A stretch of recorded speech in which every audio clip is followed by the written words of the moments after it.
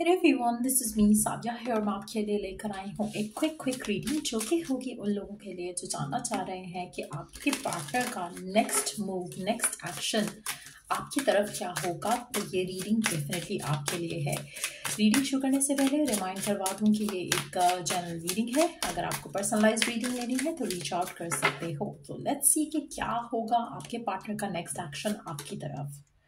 अच्छा, मेजॉरिटी लोगों के लिए मुझे लगता है कि आपका पार्टनर आपकी तरफ कोई एक्शन फिलहाल तो नहीं लेता हुआ दिख रहा है। ऐसा लग रहा है कि जैसे वो अभी अपनी करंट सिचुएशन में थोड़ा प्रोटेक्टिव हो रहा है अपने इमोशंस को लेकर, अपनी फीलिंग्स को लेकर, अपनी सिचुएशन को लेकर।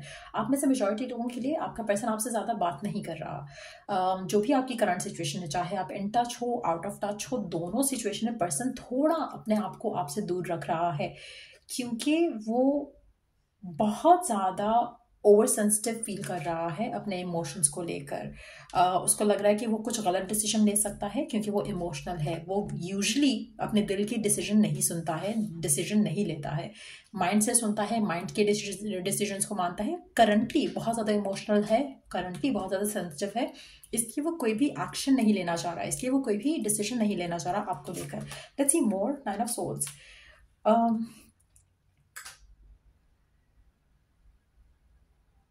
ऐसा लग रहा है कि जो भी पर्सन है बहुत ज़्यादा स्ट्रगल्स हैं इसकी लाइफ में राइट नाउ, जिनको लेकर बहुत ज़्यादा इमोशनली सेंसिटिव हुआ है। पर्सनल लाइफ में हो सकता है जैसे कि फैमिली हो गया, या फिर रेस्टलेसनेस है बॉडी में। कहीं ना कहीं रात को लेट तक ये पर्सन जागता रहता है, अपसेट रहता है। सो कुछ ना कुछ ऐसा है इसकी लाइफ में जहाँ पर दिस पर्सन नीड्स हेल्प, और ये इमोशनल इतना ज़्यादा है उस चीज़ को लेकर कि किसी से एक्सप्रेस भी नहीं कर रहा। क्योंकि ये बेसिकली ऐसा लग रहा है कि जैसे आप घर के बड़े होते हो ना, तो अगर कोई टेंशन भी होती है तो आपको है कि आप किससे शेयर करोगे। You are the one who has to take care of it. तो कहीं ना कहीं कुछ ऐसा फैमिली मैटर हो सकता है, या कोई ऐसी वर्क रिलेटेड डिफिकल्टी हो सकती है जो कि इसके सर पे सवार है राइट नाउ। इस वजह से आपके साथ जो रिलेशनशिप है उसमें ये ज़्यादा इमोशनल फील कर रहा है, उसमें वो ज़्यादा उसको लग रहा है कि ही और she is vulnerable to get hurt. तो उन सिचुएशंस की वजह से ये ज़्यादा ओपन अप नहीं कर रहा, ज़्यादा शेयर नहीं कर रहा। लेकिन कुछ ऐसी डिफिकल्टी है जिससे ये करंटली डील कर रहा है, जो आपसे छुपा भी रहा है। सो एक्शन लेते हुए तो मुझे आपका पर्सन दिख नहीं रहा, लेकिन डेफिनेटली इसको आपकी हेल्प की ज़रूरत है, आपके साथ की ज़रूरत है, आपकी अंडरस्टैंडिंग की ज़रूरत है। Let's see more cards here.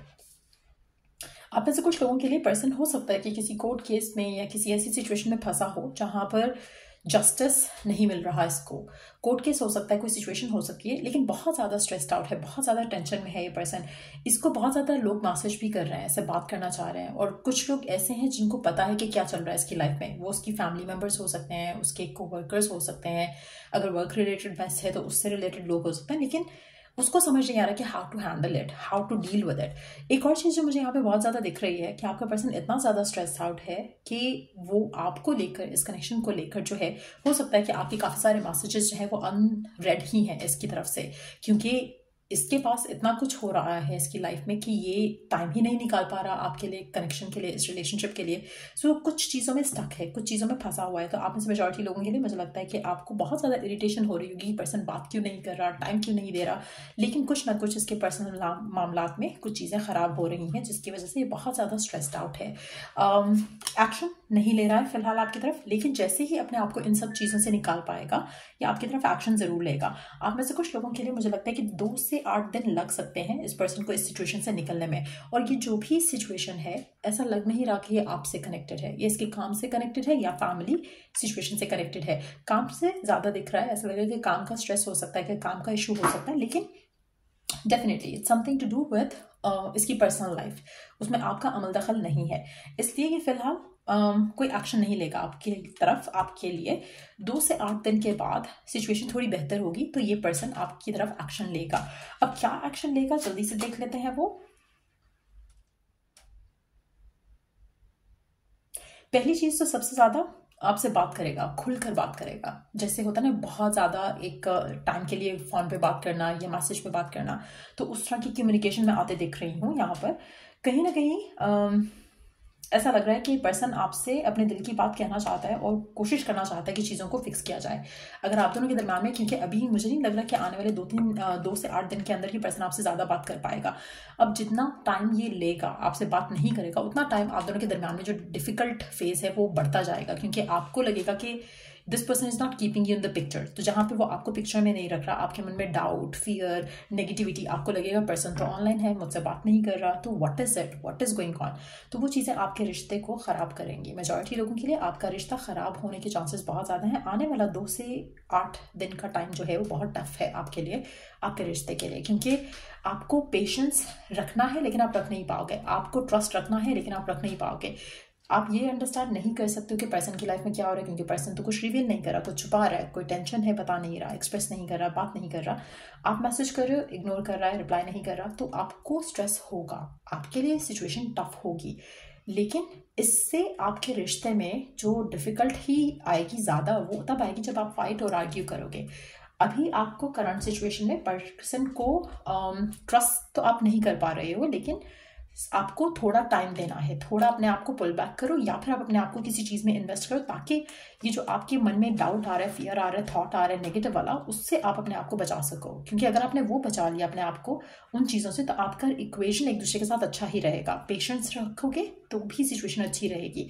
सो ये बहुत ज़रूरी रहेगा कि अभी जो 2 से 8 दिन है आपकी लव लाइफ में आपके पार्टनर के साथ, उसमें जो आपकी तरफ पर्सन एक्शन नहीं ले पा रहा, उसको आपने पेशेंटली डील करना है। अंडर द डेक देख लेते हैं क्या कार्ड है, 7 ऑफ कप्स।